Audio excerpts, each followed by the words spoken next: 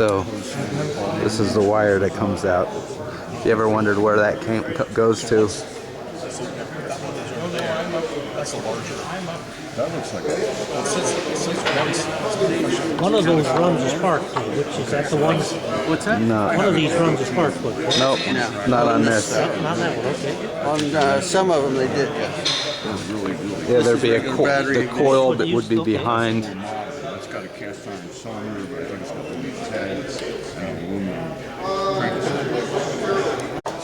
Okay, we got the screws in, and now here comes the flywheel. Now these are the magnets. You want to make sure. Yeah, you can see that here's the keyway, but these are the magnets that go around this to make the alternating current. You want to make sure your keyway's in like that. To not to angle. Oh, okay, make sure so it's straight. Okay. Yeah, because the shaft is tapered. Oh, while it's apart, I always mark for the timing. Oh yeah, that's right. That's hard to find through the window on the side. Yeah, that's important to put everything together. That you're gonna be looking for that on the other side. I deal with a lot of cushions that have liquid floors, so fan relays go bad in them.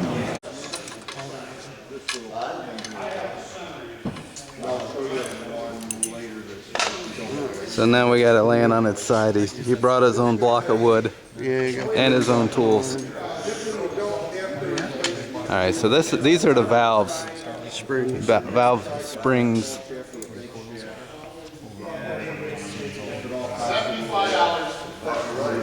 Now that captures the spring. So when I get them down, you can put the. So he said what he was talking about getting down was the pushers that were underneath. And we saw before that one of the first things that went in right after the gear. So now those are the valves going in, and they're different. Why don't we show how the valves go, or how they get captured? I'm talking about how this.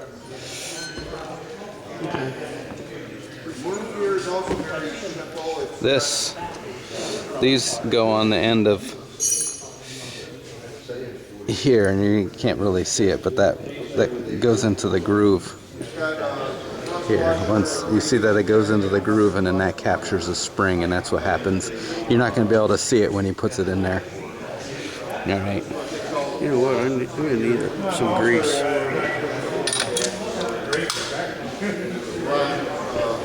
Okay, so he got a dab of grease on the end of that piece that I was looking at. Now he's got his spring compressor that is grabbing. Now it might be hard for him to do it with me standing here. You don't get the look. Yeah, you gotta get this on its side. So he's got some very specialized looking dental, what is this called, a hemostat? Hemostat.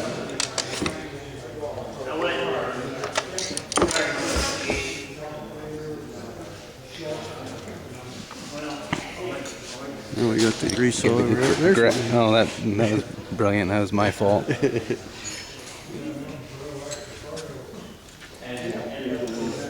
So the way you're gonna get it on your shirt tail too. I think I put them in with magnet. I used to use that little lightweight magnet on the end of the screwdriver. Yep. They're not real strong, so you put the grease on them. Until it drops off. The magnet's not strong enough to overcome the grease. So everybody's got their own method, it sounds like. Yep.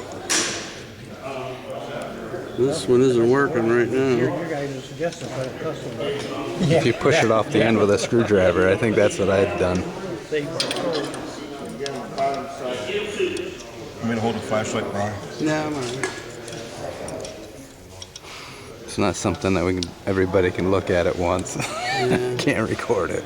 I guess maybe I could. Scalpel. Forceps. Maybe I can. It's stock 327 Kohler I use for butyl and their end butyl rubber.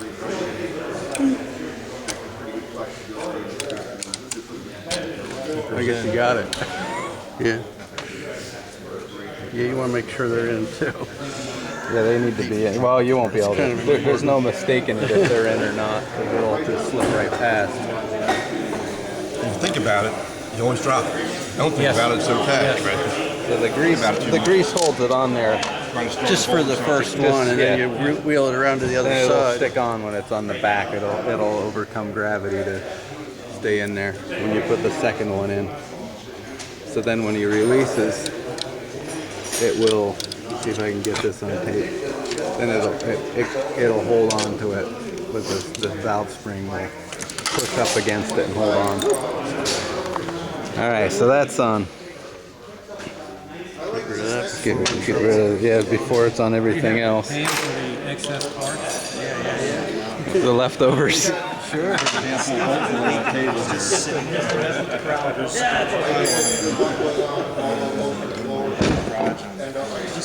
Okay, now next thing's to adjust the valves.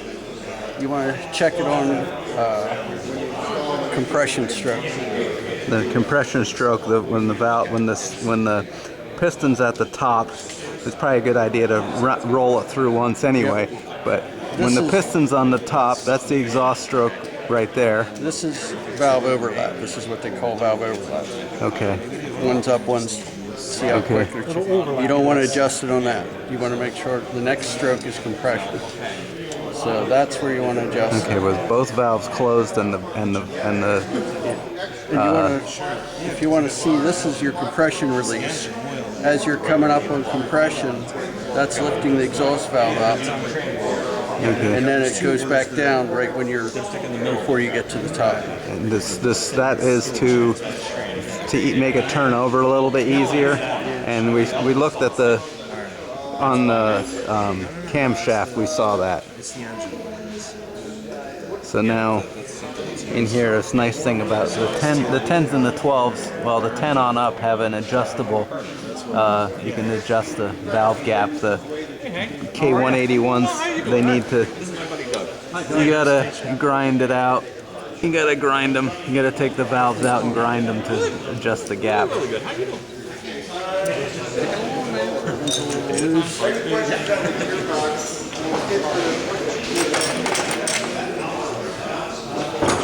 There's a flat on one side or on two sides. And all the specifications are in the manual. But they're pretty easy to adjust. I just noticed that the stud is out. The valve cover stub. That makes it easier. Yeah, that does make it easier. I always struggle with that. Especially putting in the... This should be good. Okay. I guess we can put stuff back together. So that's all set. And there's the stud we were just talking about, the valve cover stud.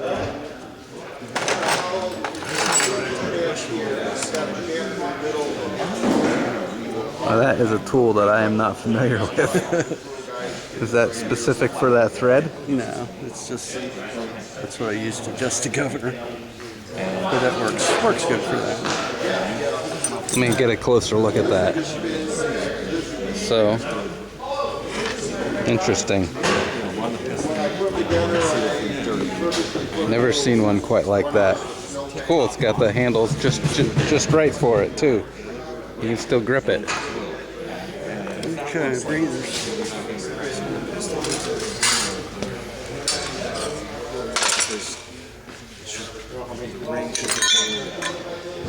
Where's that little?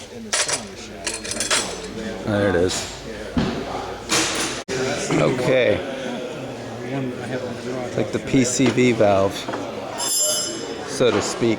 They're marked top, Okay. and the drain hole's always on the bottom. Gasket. Gasket goes on the back, and the gasket's... Wait a minute. Is that one exactly the same? No, that's not. Okay. The other one does not have the going in the middle. Okay, so there are two. I was thinking they were exactly the same. Open. Yep. So this is your positive crankcase ventilation, so to speak. It'll let air come out of the crankcase You, oh, you got the little. That's a reed valve? Yes. Okay. So then the rubber. You get that little. I'm not sure what that thing's called. Breather. Scotch Brite. Breather. Yeah. It's called a $9 filter from Kohler. Yeah, yeah. That's what that is. Okay, and this one's marked top too, but it's pretty obvious what it is. The only real critical things is the 3/4 inch diameter and then the bolt spacing. You get one. Get a little bit of Loctite on here. Hope the valves are right. You don't have to take it right back apart. My buddy.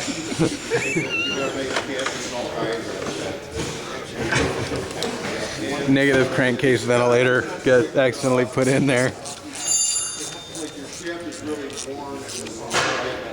Just make sure your gaskets are all squared up. Going over, tighten that, or it'll bend the cover. Yep. Probably take a break. There's the cam gear, cam cover going on. The cam gear was sticking out there. There's a gasket that looks about like that cover underneath there.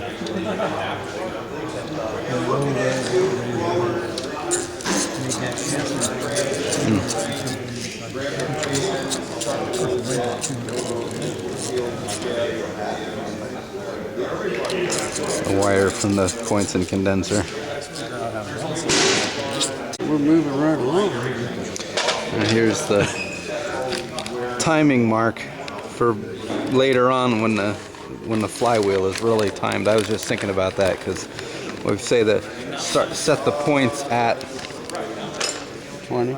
At 20 over high. He reached for his the fuel pump. You see the cam in there? I don't know if you can see the cam is inside of there. Does that have its own dedicated lobe? It does. Because I can remember getting fuel pumps in the car. 3-belt kind of thing. Now, gotta buy a whole pump. There's an article, where did I see it? You can convert any of these engines to impulse. And the head gasket only goes on one way. Alright, now he's the torque pattern. When you put the head on it, it'll say it in the book, but if you don't know to look for it, you might just do your own thing. So what he's doing here is he's marking which head bolt needs to be torqued.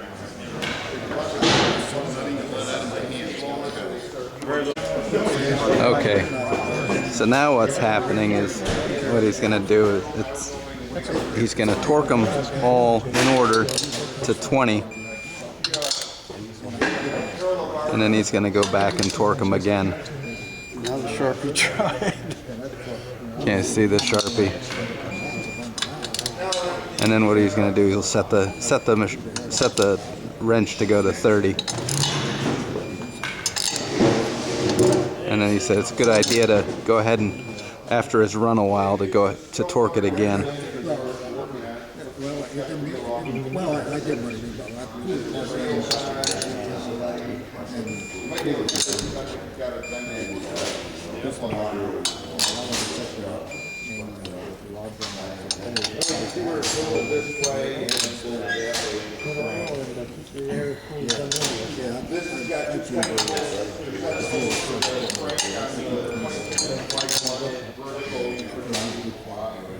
And that's that. Alright, got the fan cover on now, or the shroud. And these are 10 through 16, it's exactly the same. Right? Yeah. Well, close enough. Some of them have stickers that say 10 or 16 through 16 on them, but yeah, they're about the same.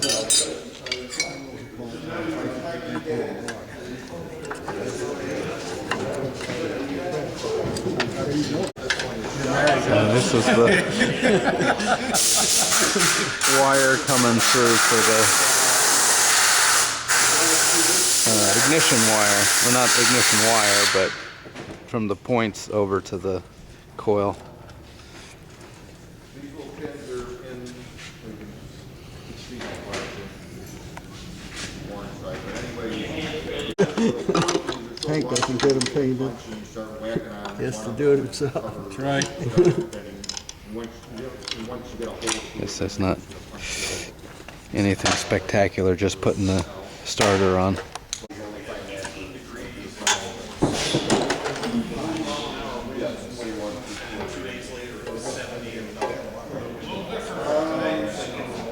Guess we should talk about which wire gets connected to what. Okay. Now the point, this wire is the one that comes over from the points, and this one here, no wait, that's the condenser. Negative. And the points comes over, and that's the negative side, and then the wire from the key is going to go over here to the positive side, and it doesn't work the other way. It intermittently works or something. It doesn't work correctly anyway. That just fell down. Oh, good. I was looking for that. Okay. So all of them aren't. Sometimes the carburetors are notched so that you can put one bolt in and get started and slip it underneath, but they're not all notched. This one happens to be. That's why we've got the gasket on there with one Hopefully it is. one nut on there.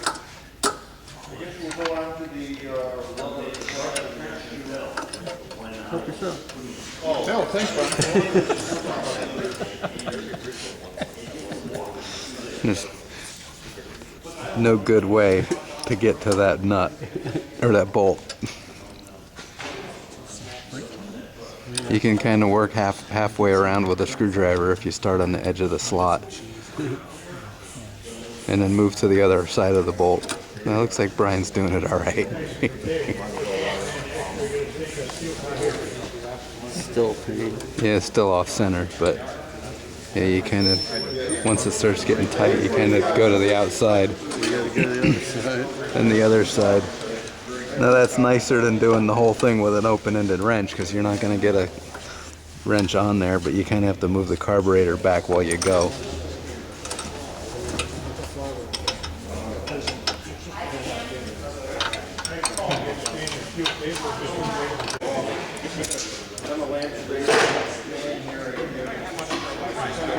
All right, now it's governor time.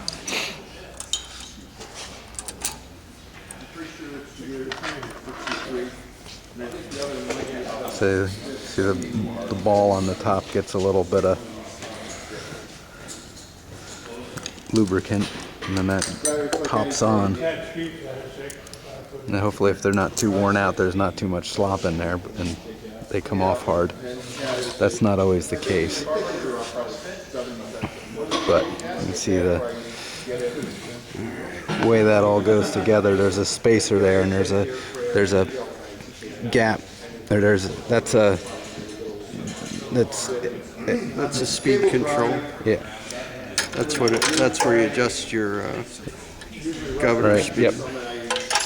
Okay, but that you're tightening against the collar. You're not tightening against the plate. So there's a little, let's say, a little crown cut in the end of that. So that goes back into there.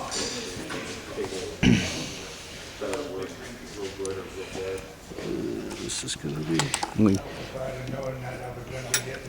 mentioned before when the camera was off that it's important to have a clean surface underneath. If this is a painted machine, you painted the motor, the block, just make sure that there's masking tape or something to keep the paint from being on where the starter needs to bolt, and also where the condenser connects. That has to be grounded to the motor, or else it won't work.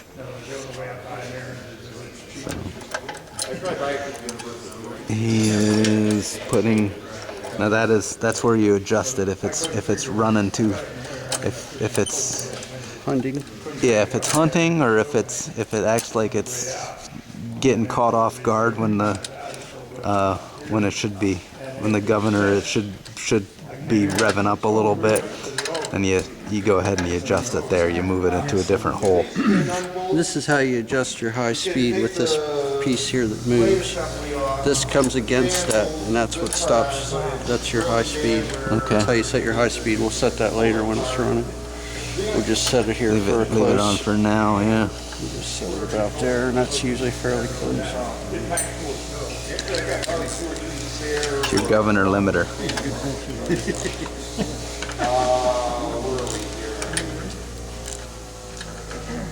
I guess we can get up into the shoot area now.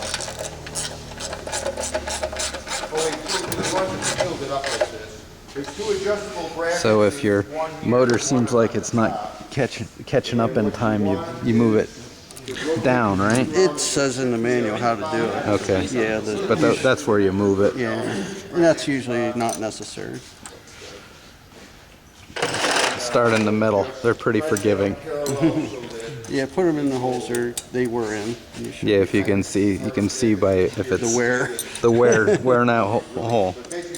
Okay, what you want to do is set your governor wide open. Take this and turn it counterclockwise until you feel that tab hit the governor gear. And then you tighten it. I like to make it snug, a little snugger than that, so it doesn't move on Yeah, there. so when you let go of it, because you need a third hand or fourth. Yeah, so that's Depending on the blower, some of them are pretty easy to get a wrench in. You can wrench them And then you tighten it up after it's turned all the way to the left way here and wide open. I actually end up using like 2 or 3 extensions. It's the quickest way. Then mount it to the tractor. Now you did not have this. This is the plunger Right. that was not in there before, but that goes in there and it hits against the cam inside too. There's all kinds of stuff the cam is turning besides opening the valves. No. oh my god. Screwdriver? That's neat. Gripper screw. Snap on? I don't know where that came from. Yeah, blue point. I gotta get You have a that. driveway, a gravel driveway. That's, the first time that I raised is it up, but once the you got biggest the base, pain. skids down, Yeah. quarter-inch off the And you're gonna set the points at I used to have 20, but that little like that. It was this long. I might still have it someplace. Mine's got the head on it, tip on it like that.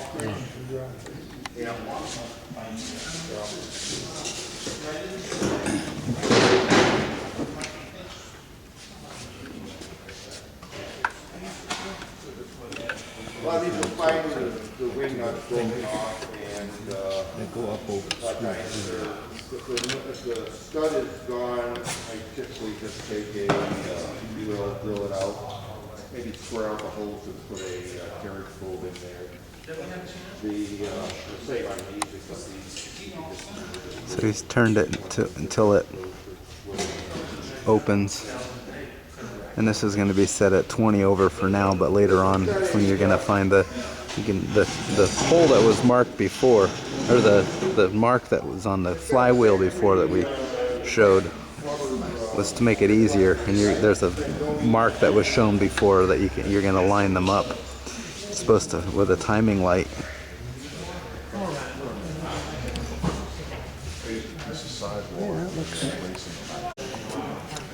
Here you go here. This is so you know that it's a Gravely. Inch and an eighth shaft there. Take this off, if not,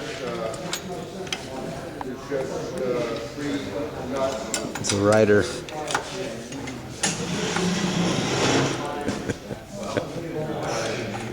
These wrenches, at least they come back. We never saw that one leave. I didn't. I think it was. And the one, any idea why there's one Allen?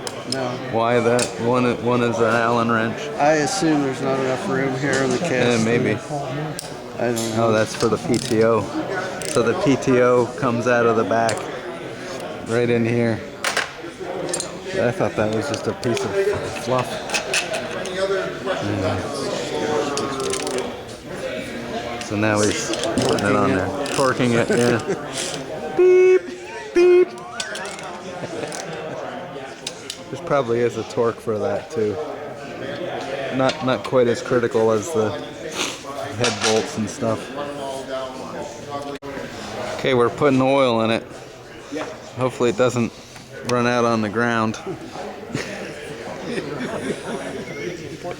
I'll pass the O-ring around. The O-ring should be as round on the outside as no. So we got the stunt gas tank on here just for bench testing. Bolts to the adapter plate for the Gravely.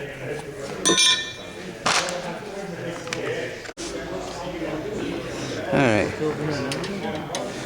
We got a part of the wiring harness.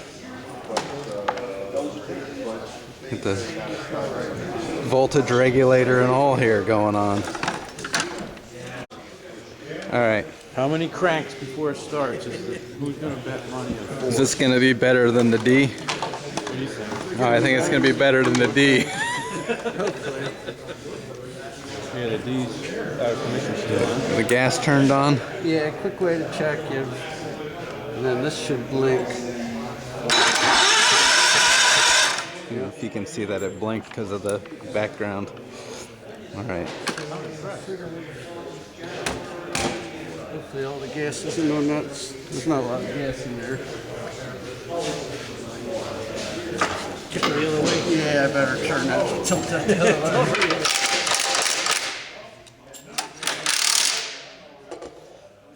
Doesn't run with much gas in his Limited. in the stunt tank. Yeah. This is backwards.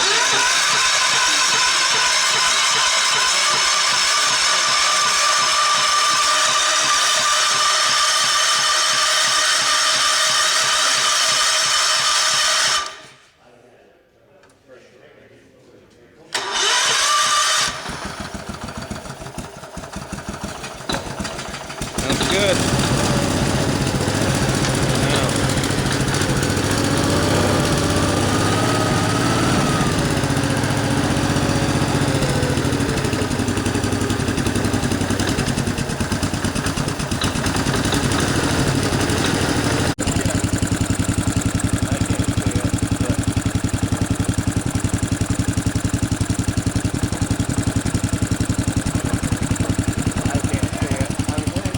It's tough to barely, yeah. Tough to catch on the counter on the camera.